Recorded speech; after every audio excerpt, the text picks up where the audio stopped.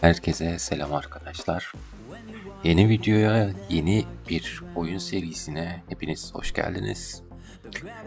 Ee, Oyun ne diye sorabilirsiniz. Zaten videoda falan yazıyordur başta da ona göre de gelmiş olanlar vardı mutlaka aramızda. Bu oyun Warhammer. İsteyen istediği gibi okuyabiliyor. Böyle bir strateji turnuydu. Aynen öyle hatırlıyorum. Evet. Turlu bir strateji, savaş ve Warhammer evreninde geçen bir oyun kendisi. Peki bu evren nasıl bir evren diye soracak olursanız, bu evrende cüceler, goblinler, fare adamlar, eee, iskeletonlar, vampirler, elfler, imparatorluk, yani katabileceğimiz neredeyse birçok fantastik ırklar bu evrende yer alıyor. Onu söyleyebilirim.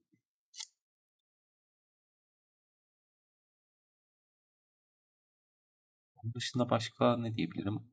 Yani oynadıkça, size de izlettirdikçe bir şeyler gösterebilirim. Onun dışında şu an aklıma gelen bir şey yok. Ben normalde birkaç kere oynamıştım var. Ama şimdi yeni bir evrende Ölümsüzlük İmparatorluğu'nda mı, Kaos Diyarı'nda mı oynasak? Ölümsüzlük İmparatorluğu'nda oynayalım. Daha sonrasında Kaos Diyarı'nda başka bir videoda çekebiliriz. Şimdi Kaos Savaşları var. Mesela baya baya kaosu getiren.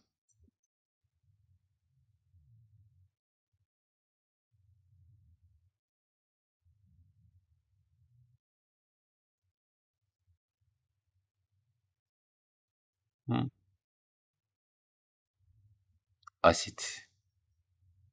Doktor bir zamanlar şifacı olduğu ancak çok daha farklı amaçlar döndüğü eski yuvasının da ormanların kuytu köşelerini sinsice izler. Bunlar nasıl bir şeyleri var ki? Kaos devi falan var. Peki bu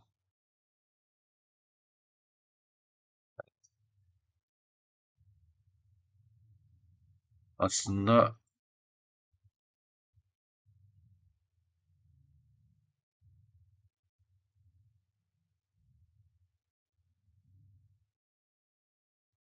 adım.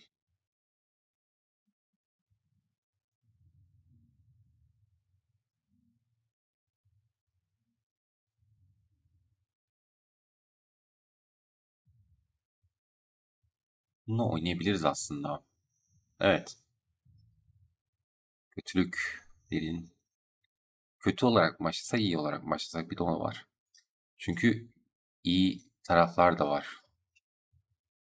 Canavar adamlar var, kaos iblisleri var. Canavar adamlar aslında güzel. Yık ve geç politikası var. Hiçbir yere yerleşme gibi bir şeyleri yok. Onu da oynayabiliriz. Hatta onu oynayalım mı? Hmm,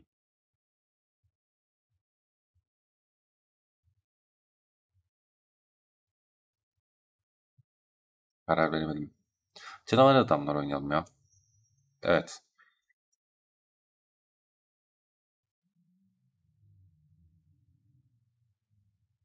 Sefere başla diyelim. Şimdi bunda şöyle bir güzel yanımız var. Base biziz, yani kale biziz. Kale biziz derken şöyle bir şey. Şimdi birçok ırklarda kaleler belirli yerlerde var. Onları işgal ediyorsun. Ona göre gelir binası dikebiliyorsun. Adam yetiştirme binası dikebiliyorsun vesaire vesaire. Bunları dikebiliyorsun. Ama canavar adamlarda genelde lider tamamen şehir oluyor. Gelir binası dikebiliyorsun. E, Canavar yetiştirme binaları dikebiliyorsun. Yani birazcık nasıl dikebiliyorsun diye soracak olursanız biraz işte o biraz tam anlatılamaz ama böyle bir olay var yani bunlarda. Göçebe hayatı yaşıyorlar genelde. Bir yere bağlı değiller. Tamamen amaçları kaos, yıkım, yani yık ve geç. Dümdüz et, yerle bir et, kaleleri dümdüz et ve yağmala. Yağmalamayı çok zorunlu hale getiriliyor bu seride. Mutlaka baskınlar atacağız, yağmalar atacağız. Bunları yapacağız ki gelirimiz olsun, gelirimiz olsun ki geliştirebileceğimiz, yani liderimizi geliştirebilecek binaları dikelim, yaratıkları basabilelim. Her şey tamamen sonuçta oyun içi altına bağlı oluyor. Diğer zaten yerleşim yerleri olan ırklarda da orada da aynı şekilde hani yağmalamana gerek kalmıyor. Şehirlerde zaten gelir binaları olduğu için çoğu yerde rahatlıkla gelir sağlayabiliyorsun. Ama onlarda şöyle bir kötü yanı var. Şehri boş bıraktığınız zaman şu anki oynadığımız gibi bir yağmacı grubu geldiği zaman savunmasız kalıyor şehir. Eğer fazla gelişmiş değilse şehriniz. İlk başlarda da o şehir geliştirme olayları birazcık problem. Yani kendinizi çok iyi savunmanız lazım ya da biraz güvenli bölge yaratmanız lazım kendinize ki o şehir işgal altına girmesin. Politikanızı güzel bir şekilde yaparsanız, ticaretinizi güzel bir şekilde yaparsanız öyle de kazanabilirsiniz birçok şeyi, imkanınız olur. Burada hesap vereceğimiz kimse yok ya da başımızı derde sokacağız şimdi. Aa, çok kötü oldu, acaba yapmasak mı diyeceğimiz bir durum yok. Çünkü dediğim gibi bu yaratıkların politikaları ez ve geç. Göçebe hayatı yaşayacağız dediğimiz gibi.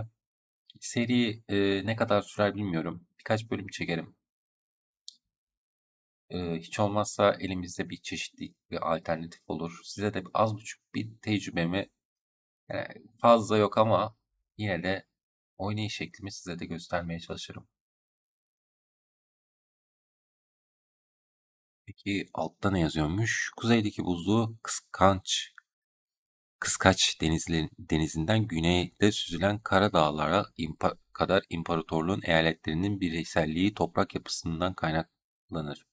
Geniş ormanları gıda ve üretim materyalleri sağlarken geniş nehirleri ve geçilebilir vadileri ticaret ve nakliyi kolaylaştırır. Ancak bazı zamanlar topraklar genişlemek için savaşıyormuş veya herhangi türden canavar ve düşmanları kayalıklı geçitlerinde ve karanlık korularında gizleniyormuş gibi görünür. Hem içeride hem dışarıda tehlike kapıda ama insanlık ulusları şimdiye dek bu mücadeleye layık olduklarını kanıtladılar. Bu oyunda zaten tek oynamadığım sanırım İmparatorluk'tu. Elflerle oynadım, cücelerle oynadım, vampirlerle oynadım ki vampirler gerçekten çok zevkli. Tavsiye edebilirim size de. Çok uzun bir seri yapmıştım onu da ama onu tabii ki videolu bir şekilde yapmadım. Kendim şahsi olarak oynamıştım özelden. Baya baya genişledim. Yani dünya sıralamasında birinci olmuştum. 110 turluk bir serüven vardı orada. Ve yani sürekli iskelet basıyordum yani. Yani normal şartlar altında bir yaratık basmaya kalktığınız zaman bir tur beklemeniz gerekiyor ki o yaratık sizin ordunuza katılsın. Yetiştirilmesi falan bir tur sürüyor. Ortalama olarak söylüyorum. Bazıları 2 tur sürebiliyor. Ama vampirlerde öyle bir şey yok. Vampirlerde direkt grubunuza katabiliyorsunuz aynı turda. Aynı tur içerisinde bomboş bir liderinizi full bir orduya getirebiliyorsunuz. O çok güzel bir şey. Ben birçok savaşı da zaten öyle kazanabildim. Yani liderinizi öldürmediğiniz sürece veya yaralandırmadığınız sürece kesinlikle ve kesinlikle sürekli saldırı yapabilirsiniz. Vurun, kaçın, vurun, kaçın. Yani karşınızdaki güçlüyse eğer. Bunu yaptığınız zaman otomatikman şöyle bir şey oluyor. İster istemez karşı taraf kendini iyileştirebilmesi için zamana ihtiyacı oluyor. Ama siz o zamanı yaratmıyorsunuz. Yani her turda fullleyip tekrar karşısına çıkarsanız zaten en fazla, yani en güçlü ordu olsa bile karşınızda 2 turda rahatlıkla yok edebilirsiniz. Tek bir lidere. Tek bir liderden bahsediyorum. İki liderli bir savaşta genelde Eğer liderinizde ölümsüzlük yoksa tavsiye etmem. Çünkü ölümsüzlük önemli bir şey. Otomatik savaştırma yapsanız bile ne? Bütün yaratıklarınız yani bütün ordunuz dümdüz yani temizlemiş olsalar bile ne? Yine de lideriniz ölümsüz olduğu için geri çekiliyor. Sonraki tur geldiği zaman ordunuzu fullleyip tekrardan saldırabiliyorsunuz. Ölümsüz değilseniz lideriniz ölüyor ama yani daha doğrusu yaralanıyor. Daha sonrasında 3 ya da 4 turdu sanırım. Yanlış hatırlamıyorsam 5 de olabilir. Ama fazla değil. En fazla 5'tir. 5 tur sonrasında diyelim. 5 tur sonrasında kalenizden tekrardan o lideri çıkartabiliyorsunuz. Kaldığı yerden devam edebiliyor. Yani tekrar sıfıra almıyor kendisine. Kaçıncı seviyeye yaptıysanız atıyorum 7. seviye oldu. Ölümsüzlük 20. seviyede açılıyor. 7. seviye bir lideriniz öldü. Tekrardan doğru kalede tekrar oluşturuyorsunuz. Orada 7. seviye olarak tekrardan ordunuza katılıyor. Onun dışında başka anlatmadığım bir şey var mı? Ee, kaoslar var. Kaos ırkı. Daha deminki gördüğünüz aslında.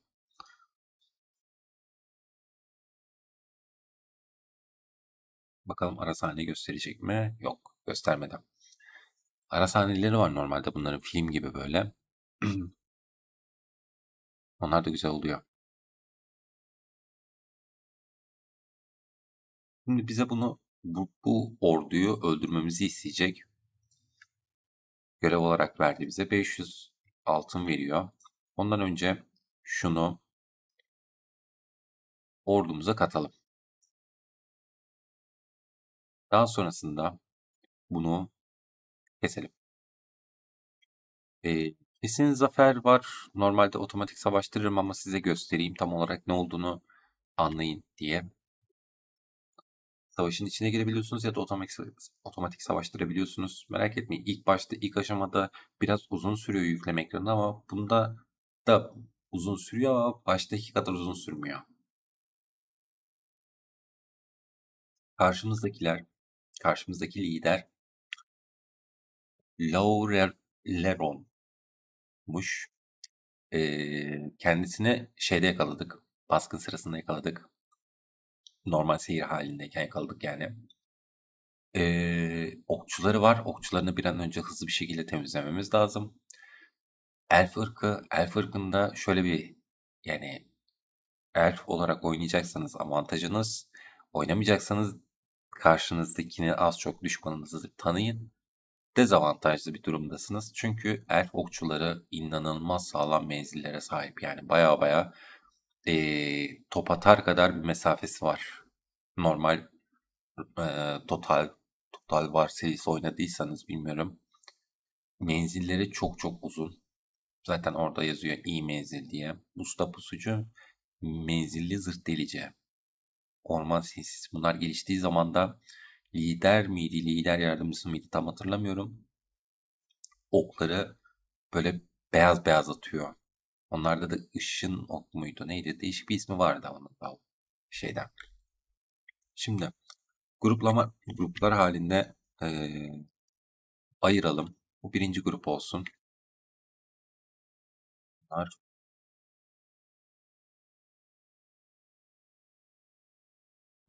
size şöyle göstereyim bir de. Kırmızı. Bunlar okçular. Boynuzları var farkındaysanız. Bunlar biraz daha büyük abilerimiz. Peki şimdi özel liderimiz, lordumuz kim derseniz lordumuz da bu. Seviye aldıkça gücü, dayanıklılığı, zırhı her şey artıyor. Üstüne silah, ekipman vesaire savaştıkça geliyor. Loot olarak düşürdüğünüzü düşünün yani. Onun dışında başka ne anlatabilirim? Yardımcı liderler önemli. Aslında zafere giden yol yardımcı liderden geçiyor bence. Çünkü yardımcı lider alırsanız hiç olmazsa büyü özelliğini açtırabilirsiniz ve bu büyü özelliği de size büyük avantajlar sağlar. Büyü zaten rüzgarı, onu da söyleyeyim. Şimdi şunu şöyle ayarlayalım.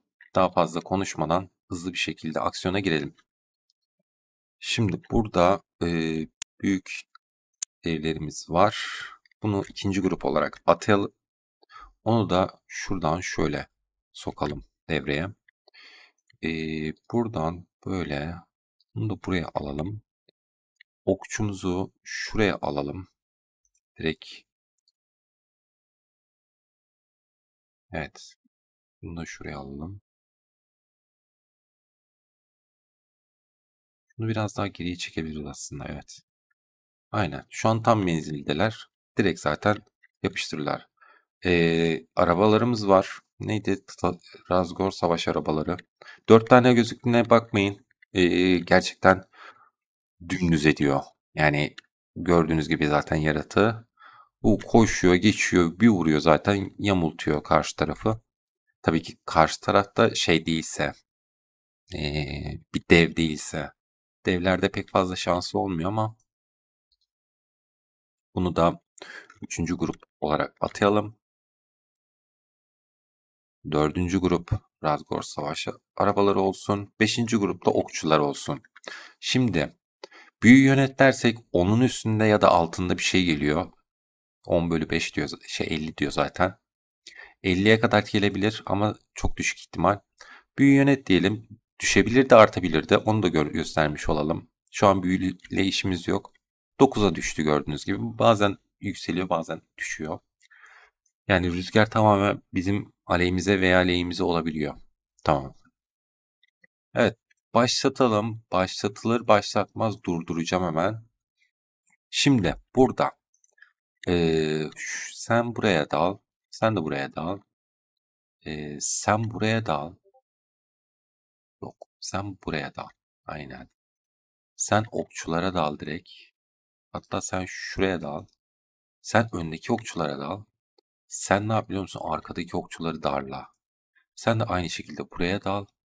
Buraya dal. Ve buraya dal. Siz de ikiniz, yani üç numara, direkt lidere oynayacaksınız. Sen lidere debuff vereceksin. Değil mi? Bakayım. Hasar veriyor. Karakterlere karşı güçlü. Tek bir savaşçıya karşı güçlü. Birden fazla savaşçıya karşı zayıf oluyor. Evet. Hızlandırıyorum. Kaçıyor bizden.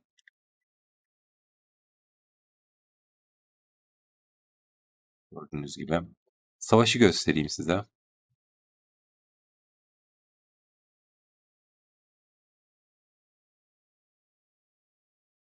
Ve geç. Her zamanki gibi.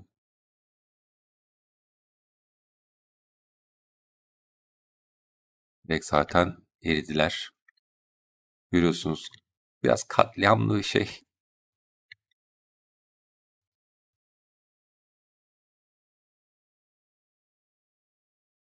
Savaş arabaları. Ha.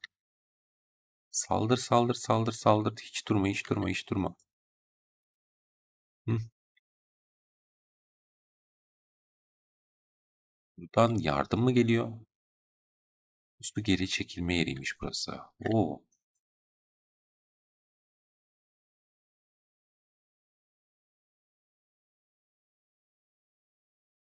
Sen bunun işini bitir. Sen bunun işini bitir. Siz de gidin. Koşun koşun koşun koşun. Durmayın durmayın durmayın. Siz de gidin. Siz de gidin. Aynen. Savaşmaya devam. Durmak yok. Yerini bitireceğiz. Aynı şekilde dalın.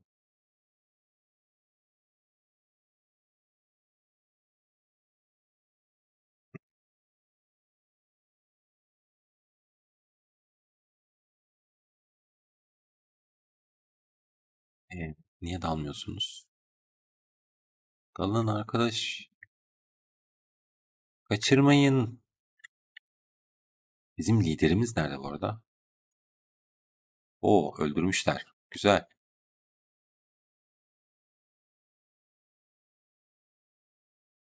Biraz hızlandıralım. Bakalım ne yapacaklar. Yetiştiler. Oh, dağıtıyorlar. Tabii ki böyle başlangıç olarak bize örnek bir tane savaş verdi. Genelde savaşlarımız bu kadar basit kaçmıyor. Gerçekten güçlü savaşlarda verebiliyoruz. Bu arabayı sonlandıralım.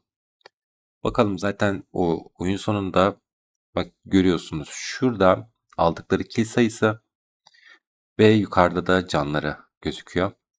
Aralarında en fazla 142 kill alıp Minotaurlar gene kendi farklarını ortaya koyuyor. Daha demin gösterdiğim bu büyük abiler oluyor bunlar. Okçularımız 29 kill almış. Onun dışında Narsentikor muydu? Tam hatırlamıyorum. Bakarız birazdan. Vestigor'muş pardon. Vestigor sürüsü. Buradan dehşet aldık. 1700 lütuf aldık. Lütuf dediği para. Ee, tecrübede 1618 tecrübe liderimize. Seviye 2 oldu liderimiz böylece. Ordu ikmali alabiliriz. Bak farkındaysanız canları dikkat ederseniz ordu ikmalinde direkt fullenebiliyor. Veya 545 lütuf alıp rahatlıkla biraz daha altın kazanabiliriz. Ben hayvani hiddet almayı düşünüyorum ama hayvani hiddet ne kadar fazla olursa o kadar fazla şeyimiz olur, gücümüz olur. Öldürdük. Evet. Teşekkürler.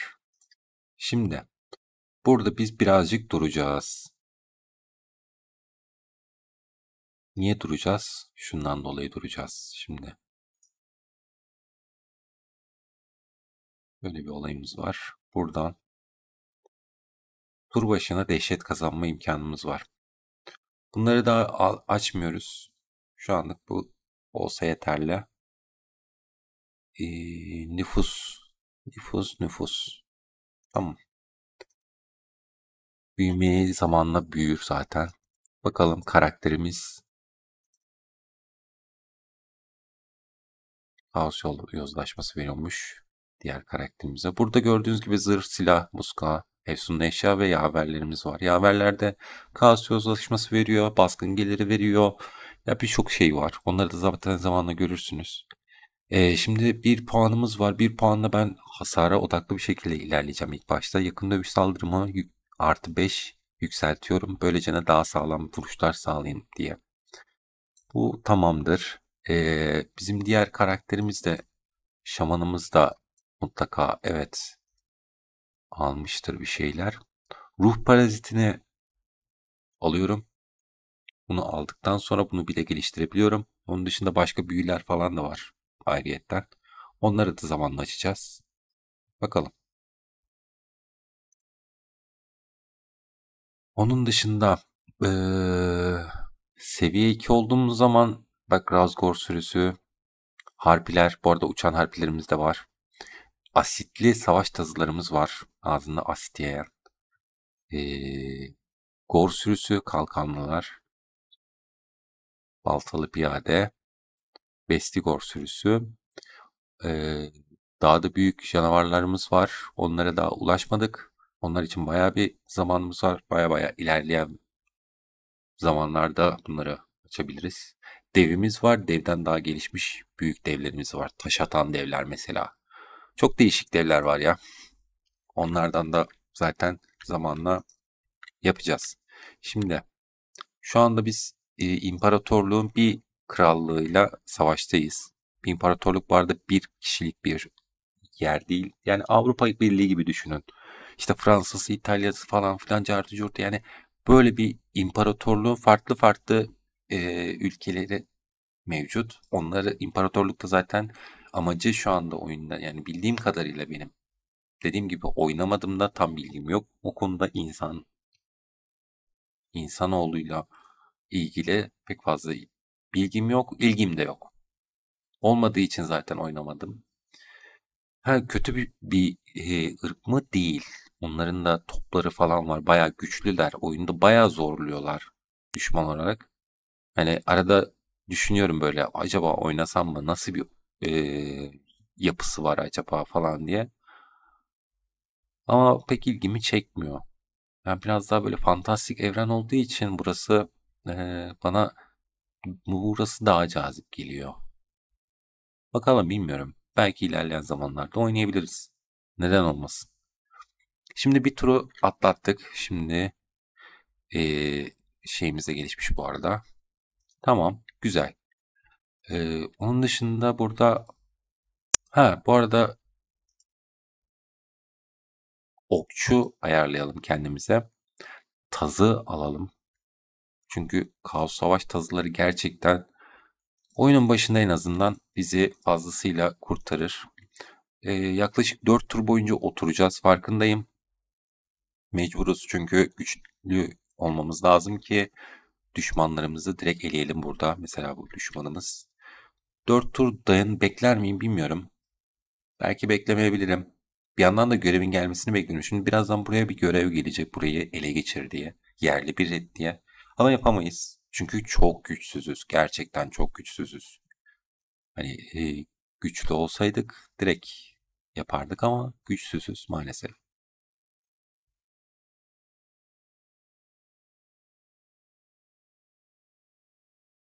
Evet geldi zaten. Teknoloji araştırma izin veren her bina işaret. Şu an teknoloji araştıracak bir binamız hmm,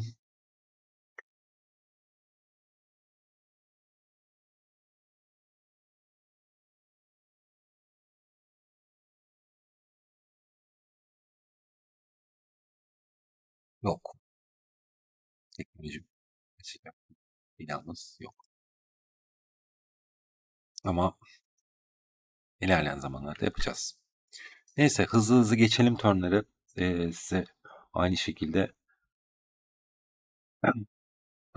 ikinci bir savaş daha yapalım beraber videodayken hazır. Şunu baştan söyleyeyim. Genelde şehir kuşatmalarında ben pek oynamak tercihim değildir. Otomatiğe bırakırım. Çünkü şehirde birazcık sapıtıyorlar bana göre. Neden sapıtıyorlar diye soracak olursanız hangi ırkta oynarsanız oynayın. Harp ile belki ama eee, okçu kuleleri gerçekten çok fazla hasar vuruyor ve bu ordumun çoğunu zaten ben kaleden içeri girene kadar harcıyorum. Canavar yollarını söylüyor bana. Şu an kaç turumuz kaldı? Ona da bir bakalım. 2 turumuz kalmış. Hızlı hızlı geçelim hemen hemen. Burayı direkt ele geçirmeyi düşünüyorum. Yıkacağım. Otomatiğe alacağım bu arada haberiniz olsun. Dediğim gibi tekrardan.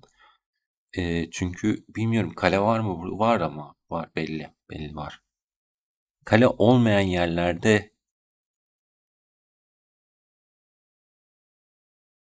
yapmayı düşünebilirim. Tam emin değilim. Genelde kale savaşları dediğim gibi şehir savaşları diyeyim genel olarak. Şehir savaşları bana göre değil.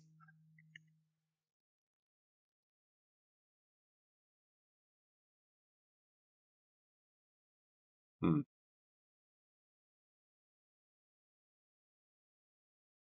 Son turumuz kaldı. Son turdan sonra devam edeceğiz. Hatta ama neyse. Bir tur daha bekleyelim ya. Bir tur bekleyelim garantimiz olsun. Direkt buraya saldıralım. Hatta zorlu bir savaş bile bekliyor olabilir bize. Bakalım bilmiyorum. Şey yapabilirim ama şu olayı yapabilirim. Şehri kuşatırım. Şehri kuşattıktan sonra giderim. Beklerim çürümelerini. Büyük ihtimalle cesurca yenilgi falan diyebilir bana. Onlar da bu cesareti alıp dışarı çıkmaya çalışabilir. Dışarıda savaşmak isteyebilir. O zaman da direkt şimdi mi geldin? Maalesef. Maalesef. Yapacak bir şey yok. Şimdi normal Canavar pususu moduna girelim. Buradan direkt saldıralım. Önümüzdeki tur önemli bir tur.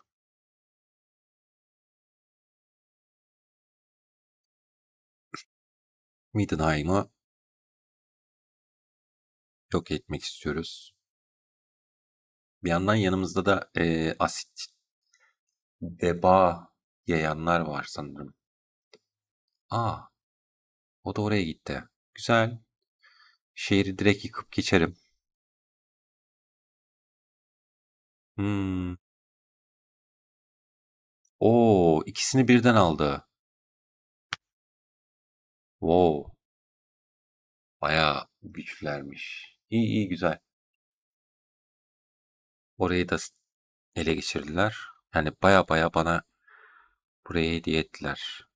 Aslında burayı yerle bir edip arkasından hmm, evet olabilir. Pürüz seferi diyor. Otomatiğe alacağım dediğim gibi. Burayı komple yedik. Koruyucu, korucu bayrağı. Ee, yağmala yerle bir et dersem 1000 gold veriyor. Fazla bir şey vermiyor. Sürü taşı dikeceğim. Bu taş şöyle bir şey. Normalde yağmala geç olayı var. Doğru, evet haklısınız. Ama bundan da mutlaka yapmamız gerekiyor ki etrafa kaos yayalım. Çünkü bizim amacımız kaos yaymak. Burada ne olsun? Mal oranını arttıralım. Güruh yetiştirme kapasitesini artı bir arttıralım. Yani biz buradayken normalde her turda iki yaratık yetiştirirken üç yaratık yetiştirmeye başlayacağız. Kaos yozlaşması dediğim gibi kaos yozlaşması olduğu zaman bu topraklarda yavaş yavaş etraf çürümeye başlıyor. Ve bu kaos yozlaşmasından dolayı çürüyen topraklardan bir normal insan, elf ya da herhangi bir varlık geçtiği zaman eğer kaosun çocuğu değilse yıpranma yemeye başlıyor. Yani ordu yıpranıyor. Aynı şey vampirler için de geçerli. Vampir ırkları da onların kendi vampir yozlaşması var. Biz de oradan geçmeye kalkarsak bizim ordumuz da yıpranmaya başlıyor. Aynı şekilde onlar da bizim bölgemize gelirse onlar da yıpranmaya başlıyor. Ondan dolayı yozlaşma çok önemli bizim için.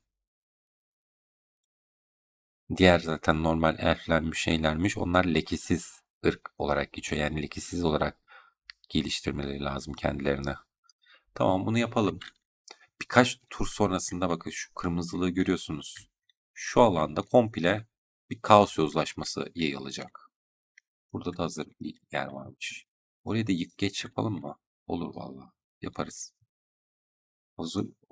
O bize gelir. Bu gelebilir. Eğer gelirse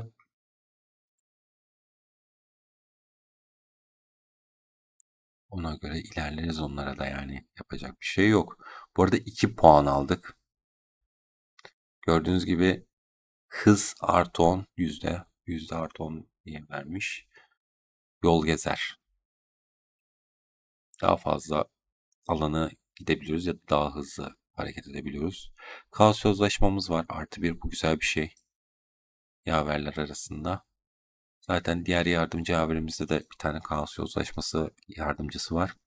Şimdi yıkıcı hücum bonusu kesinlikle lazım. Çünkü hücum bonusunda ekstradan yakın dövüşe saldırısını yakın dövüş saldırısı birimine ve zaten hasarını arttırır yazıyormuş nedenini, hücum bonusunu neden direkt verdiğime. Normalde kalın derili zırh verme imkanım vardı ki daha çok dayansın insanlar arasında diye. Neyse sıkıntı yok şimdilik böyle olsun. Büyücümüze hmm, ruh parazitiyle bir tane verebiliyormuşum. Bu niye ki atlamadı? Atlamak üzereymiş. Anladım tamam. Problem değil. Bir sonraki bölümde yaparız. Yani bir sonraki bölüm demişim, bir sonraki turda yaparız.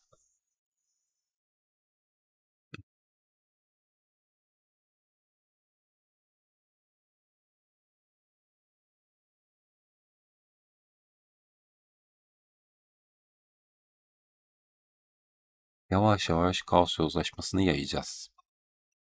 Oraya biri girdi ama önemli değil o kadar. Ben hazır aslında o şehir kuşatmasını da gösterebilirim burada size.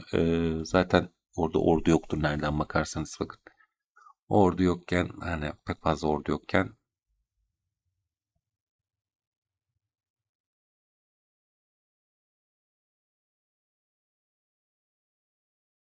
ilk başta baskın atalım. Birimlerimiz şey olsun. Oh güzel bir baskın kazanıyoruz. Tamam olur. Bir tur bekleyelim şu yarı canlarımız fullensin. Hiç olmazsa. O sırada 219 altında alalım. Şehre saldırdıktan sonra orayı ele geçirdiğimizde zaten belirli bir miktar altın alacağız. Eğer şehir gerçekten gelişmiş bir şehirse wow işte imparatorluk bu. İmparatorluğun diğer yüzü bu da. Bakın yani farklı bir bayraktan birisi geldi. Şehri ele geçirdi ve geri döndü. O sırada buradaki bizim savaştığımız adıma şehri bahşetti. Dediğim yani söylediğim olay bu. Bunlar birkaç krallık ama imparatorluk olarak geçtiği için hepsi bir çatı altında toplu bir şekilde karar verip ona göre hareket ediyorlar. Ve ileride birleşiyorlar diye biliyorum. Sen yok etmezsen tabii. Ulu Diyar yok olmuş. Olur.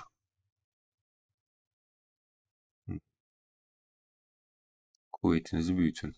30 yeni birim yetiştir. Anladım. Bakacağız.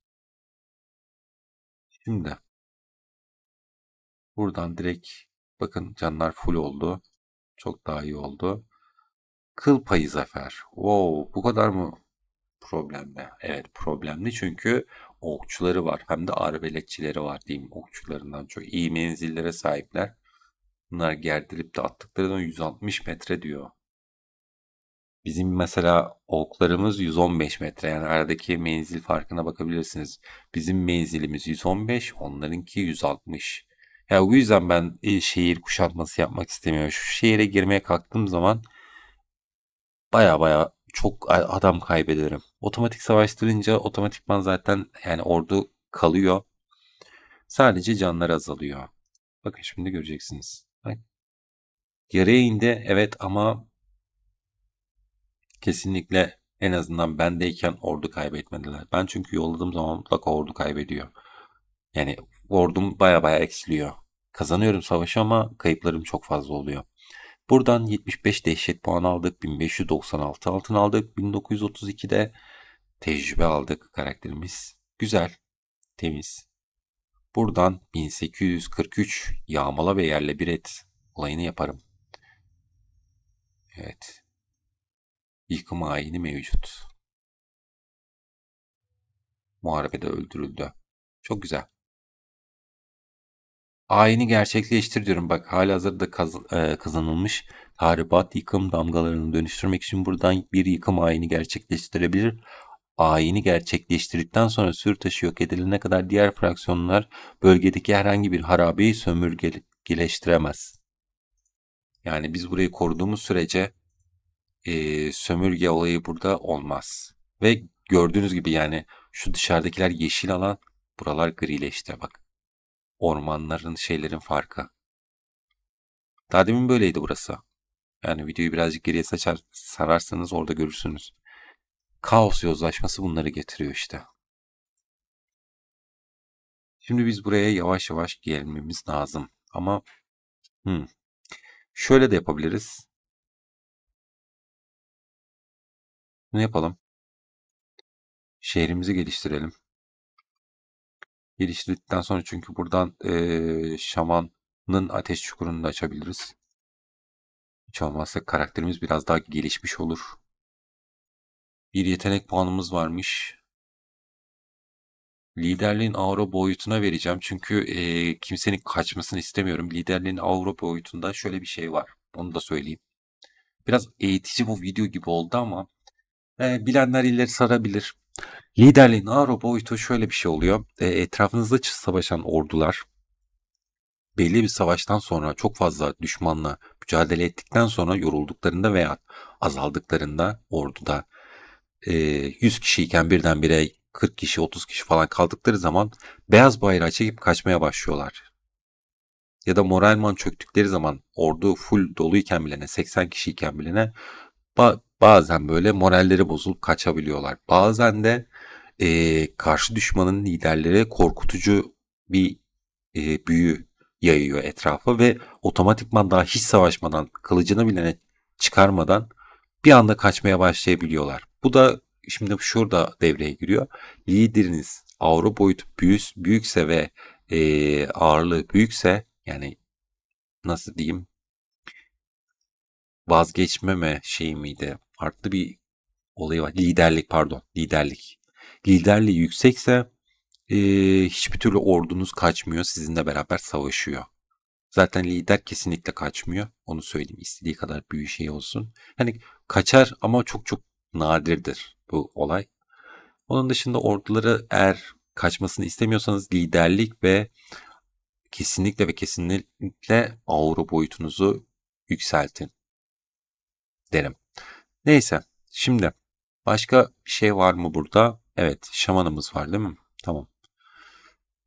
Bu neymiş? Dehşet şövalyesinin çehresi.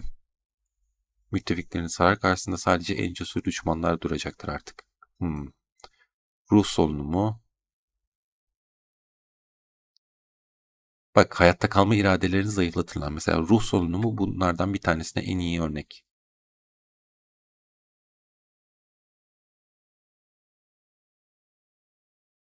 Ama ben yaşam emmiği alıyorum. Niye yaşam emmiği alıyorum? Liderlerle savaşırken kesinlikle ve kesinlikle daha büyük avantajımız oluyor. Sonraki tura geçelim. İkinci kaleyi de alalım. Daha sonrasında ufaktan o yaklaşma.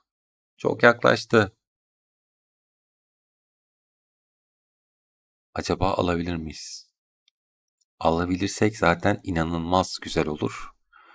En azından imparatorluk tehdidinden biraz nefes alabiliriz. Yani buradaki herkes nefes alabilir hatta.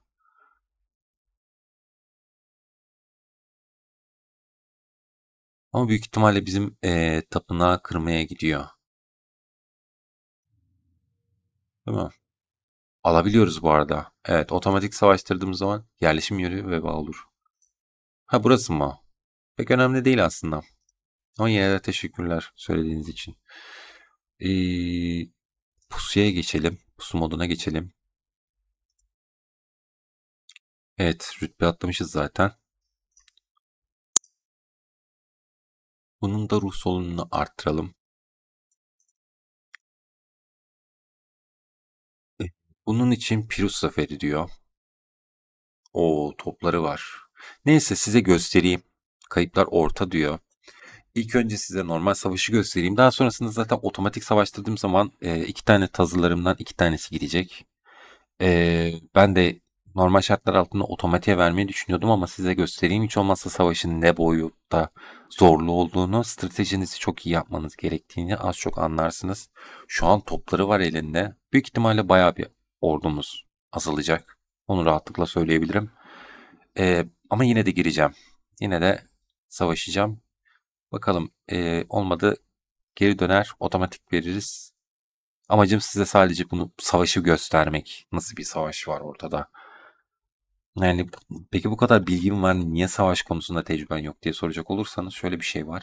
Savaşırken ben çok kez mücadelelerde çok farklı taktikler uyguladım. Çok farklı şeyler denedim ama bir türlü karşımdaki düşman eğer kuvvetliyse ve kalabalıksa ne yaparsam yapayım bir şekilde beni alt ediyordu. Mesela sayısal olarak yüksektim ben ondan ve rahatlıkla alabileceğim bir savaştı ama liderlerinde mesela korku işte o aurası olduğundan dolayı maalesef kaçıyordu orada.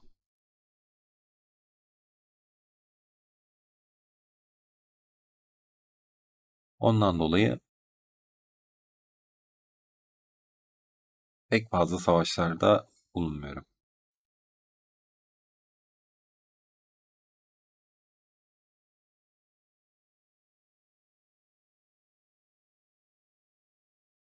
Bunlar da mesela silahlı hibrit birim galiba. İyi yakın dövüşçü, öncü mevzimsi zırha karşı zayıf. Hmm, Şimdi bunları da yine pusu modunda yakaladık. Bu güzel bir şey. Hiç olmazsa bu konuda biraz avantajımız var.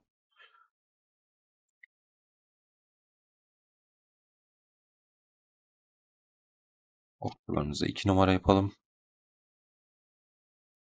Evet, tazılarımızı kesinlikle 3 numara. O Razgur'u 4 numara yapıyorum. 5 numara yapıyorum.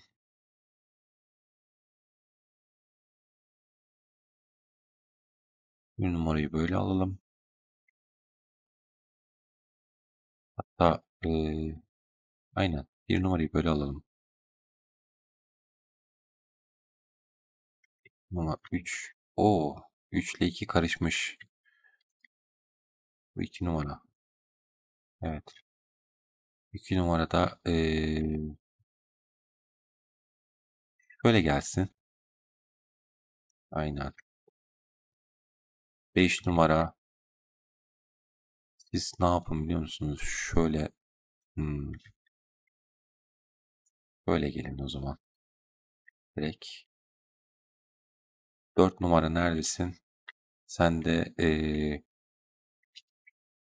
aynen. Böyle gel ki direkt arkadan saldıracağız. Ön tarafta kimler var? Kimler kaldı? 1 numara kaldı.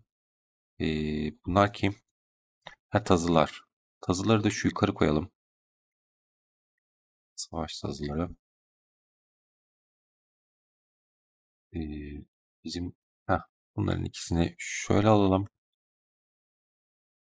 Büyü yönet diyeceğim. Büyük ihtimalle yüksek gelecek. 4'ten yukarı gelir diye düşünüyorum. 4 çünkü çok düşük.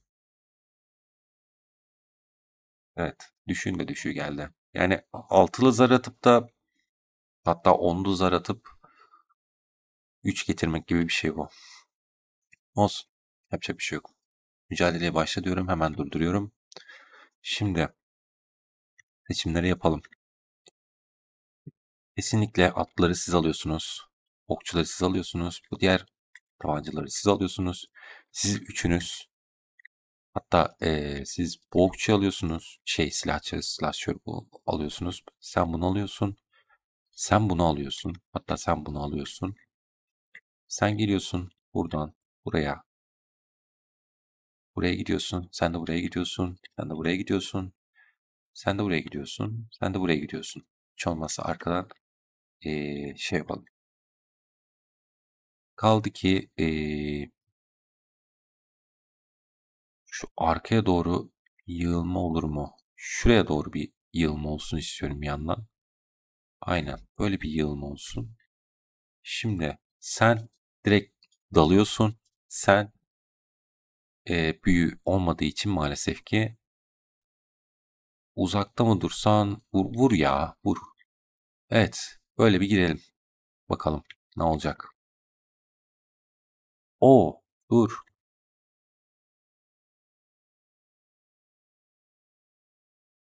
Siz gidin şu savaş arabasıyla müdahale edin buraya.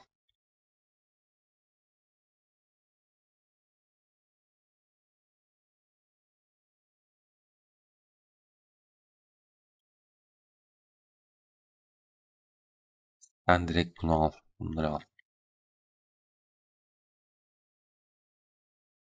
Baya dağıldılar. Çok hızlı dağıldılar. Çok ilginç.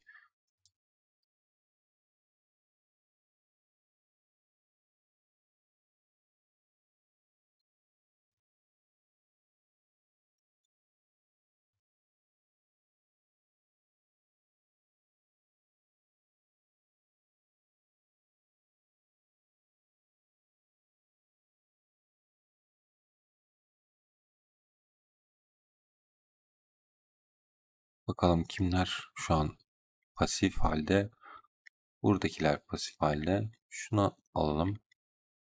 Sen de şuraya git direkt. Sen gel şuraya. Bakalım başka. Şunları al. Darazgor. Aa, bir tane mi kaldı? Sen de git şunların peşine. Sen de şunun peşine git. Bir numara niye bu kadar boş? Ha, tamam. Saldır. Buraya saldır. Ben bu kadar basit olacağını düşünmemiştim ama baya baya yedik bitirdik ya orduyu. Sen şuraya gel. Evet. Biz lideri öldürmüşüz bu arada. Şu an çöküşteler gördüğünüz gibi. Hepsi kaçıyor. Lideri çünkü gerçekten iyi temizledik.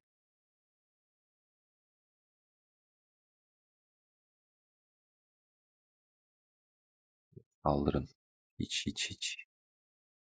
Hiç durmayın. Bunlara yetişemezsiniz ama şunları alabilirsiniz diye düşünüyorum.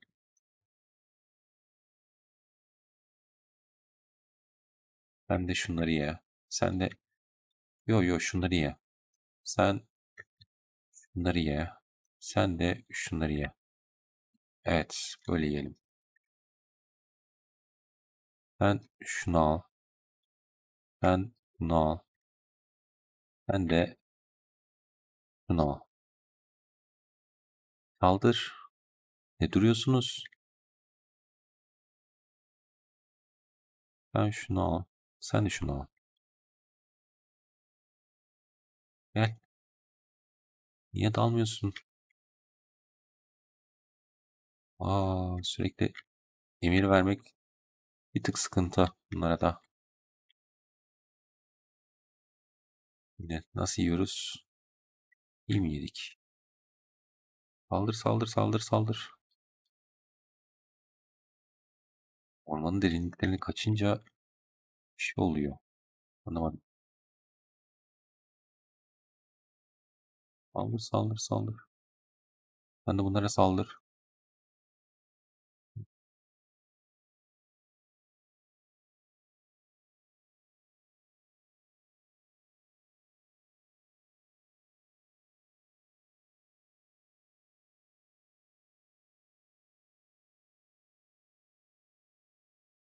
Sen de bunlara saldır. Sürekli saldırıda tutuyoruz. Sen de ona git bari.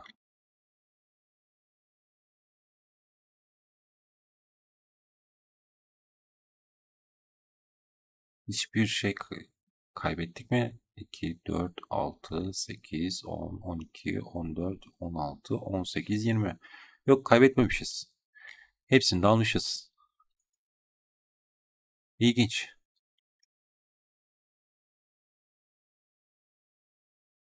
Evet. Bayağı ilginç.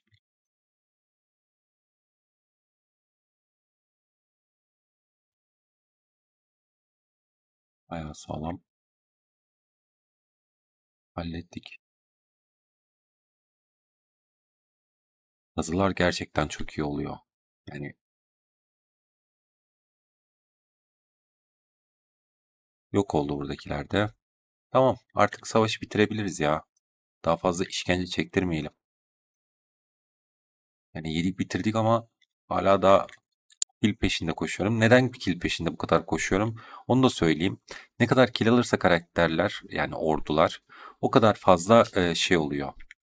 Ne ona? Rütbe atlıyor. Rütbe atladıkça da vuruş gücü, zırhı falan her şeyi artmış oluyor. Ve bu bizim için önemli bir şey. Çünkü başlangıçta ne kadar tecrübeli bir ordunuz olursa o kadar savaşlarda garanti bir şekilde sağ çıkabilirsiniz. Yani savaş bitti, hepsi beyaz bayrak çekildi diyerekten geri çekilmeyin. Biraz orduyu farmlayın. Bakalım kaç kill var. Savaş taşı tazıları inanılmaz kill almış. Minotorlarımız 3. şeye gelmiş. 3. rütbeye gelmiş. Gerçekten iyi. Bizim karakterimiz de tecrübe kazandı. Şamanımız da tecrübe kazandı. Ordumuz da tecrübe kazandı. Bayağı tecrübe kazanan birliğimiz var ya. Ve kaybımız yok. Yani bütün olarak yok.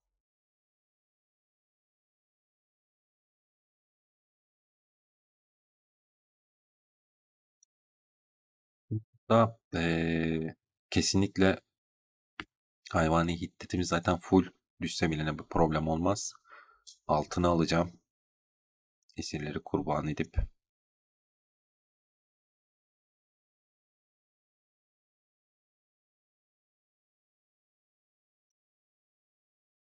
Hayvani hiddetimiz düşecek ama hiç olmazsa gelirimiz olacak. Gelir bizim için önemli şu anda. Vasıf kazanıldı. Kazanılan birim tecrübesi %10 diye bir şey açılmış. Güzel. Ateş topu büyüsü atabiliyormuş artık karakterimiz. İyi, güzel. Şimdi kaç? 2 tecrübe birden almış. Artık savunmayı birazcık daha güçlendirebiliriz. Başka ne yapabiliriz? Şamanımız ne durumda? Bu büyüleri ruh solunumunu birazcık daha arttıralım, daha güçlü olsun. Bir sonraki seviyede %50 ruh solunumu yapacak. Şu anda %30 oldu. Güzel. Bir tur burada otursa iyi olur. Dinlense iyi olur ama ben dinlendirmeyeceğim. Niye dinlendirmeyeceğim? Söyleyeyim. Buna otomatik savaş sokarım. Çünkü normal savaşlar zaten yoruyor birazcık. Buradan da tecrübe kazanırız ekstradan. Ve yağmala ve yerle bir et olayını yaparız. Buradan da 1000 aldık. Zırh kazandık. Güzel oldu. O ikmal alalım biz en iyisi. Yerle bir et. Grup büyümesi de artıyor. Tamam. Bu daha iyi olur bizim için. Gene seviye aldık değil mi? Yok, almamışız. Zırhımızı takmışız. Tamam. Yaverlerden kim gelmiş ki? Rüzgar güç kaynağı kapasitesi +10 artmış. Tamam. Onun dışında şamanımızda yok tecrübe. Tamam. Güzel. Muharebede öldürmüşüz. Bizim biraz oturup dinlenmemiz gerekiyor ki ordu kendini toparlasın. Onun dışında ordumuzdaki oyuk ağlı bir seviye üste getirebiliriz. Hiç olmazsa daha iyi olur. Dehşet puanımız birikmiş. Birikmeye de devam edebilir aslında. Versem mi bir şeye? Kararsız kaldım. Bunu arttırabilirim. Geri kalan dursun şu anlık ya. Aynen. Da şuna da verebilirim kapasiteyi arttırmak için. Neyse şimdilik dursun. Ee, dışında sancaklar falan alabiliyoruz. Zırh falan alabiliyoruz. Asa alabiliyoruz. Silah alabiliyoruz. Ama onlar hepsi para. Dediğim gibi işte baskın ve yerle bir etme olayını yaptığımız zaman anca bir şeyler elde edebiliriz. Bunu mümkün olduğunca hızlı ve daha yani her turu değerli bir şekilde yapmamız gerekiyor ki erkenden oyunda hayatta kalalım. Çünkü biz öldüğümüz zaman tekrar yetişebileceğimiz bir yer yok. Diğerlerinin mesela kaleleri var, şeyleri var. Lordlar öldüğü zaman zaten oyunun başında da söyledim. Birçok lord öldüğü zaman kalede tekrardan 3-4 tur sonra yetiştirebiliyorsunuz. O sürede idare edebiliyorsunuz ama bunda idare etme gibi bir olay yok. Bu birazcık daha zor. Ondan dolayı lordunuzu öldürmemeye çalışın. Böyle bir durumda.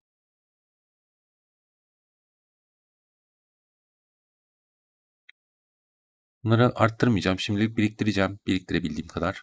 Yükseltmelerde belki bir şeyler yapabilirim. Onun dışında bu ayin bölgesini mümkün olduğunca korumaya çalışacağız. Kimse yıkmaması için. Orman elfleri gelebilir. Belki bunlar gelebilir. Tam emin değilim. Goblinler galiba bunlar. Evet, goblinler. Burayı yıktık. Buraya mutlaka gelirler yerleşmeye. Yerleşmeye çalışırlar. Burada düşmanımız devam ediyor. Aynı şekilde. Buraları böyle yok edip de imparatorluğun kökünü kurtacağız. Bakalım bilmiyorum nasıl olacak. Ben de merak ediyorum. Bu videoluk bu kadar diyelim. Yeterince uzun sürdü. Bir sonraki videoda devam ederiz. Kendinize iyi bakın. Bir sonraki videoda görüşürüz. Bay bay. When you want to get off the darkest ground, but gravity pulls you straight down. Earth from a bird's eye view. You should grow feathers and see the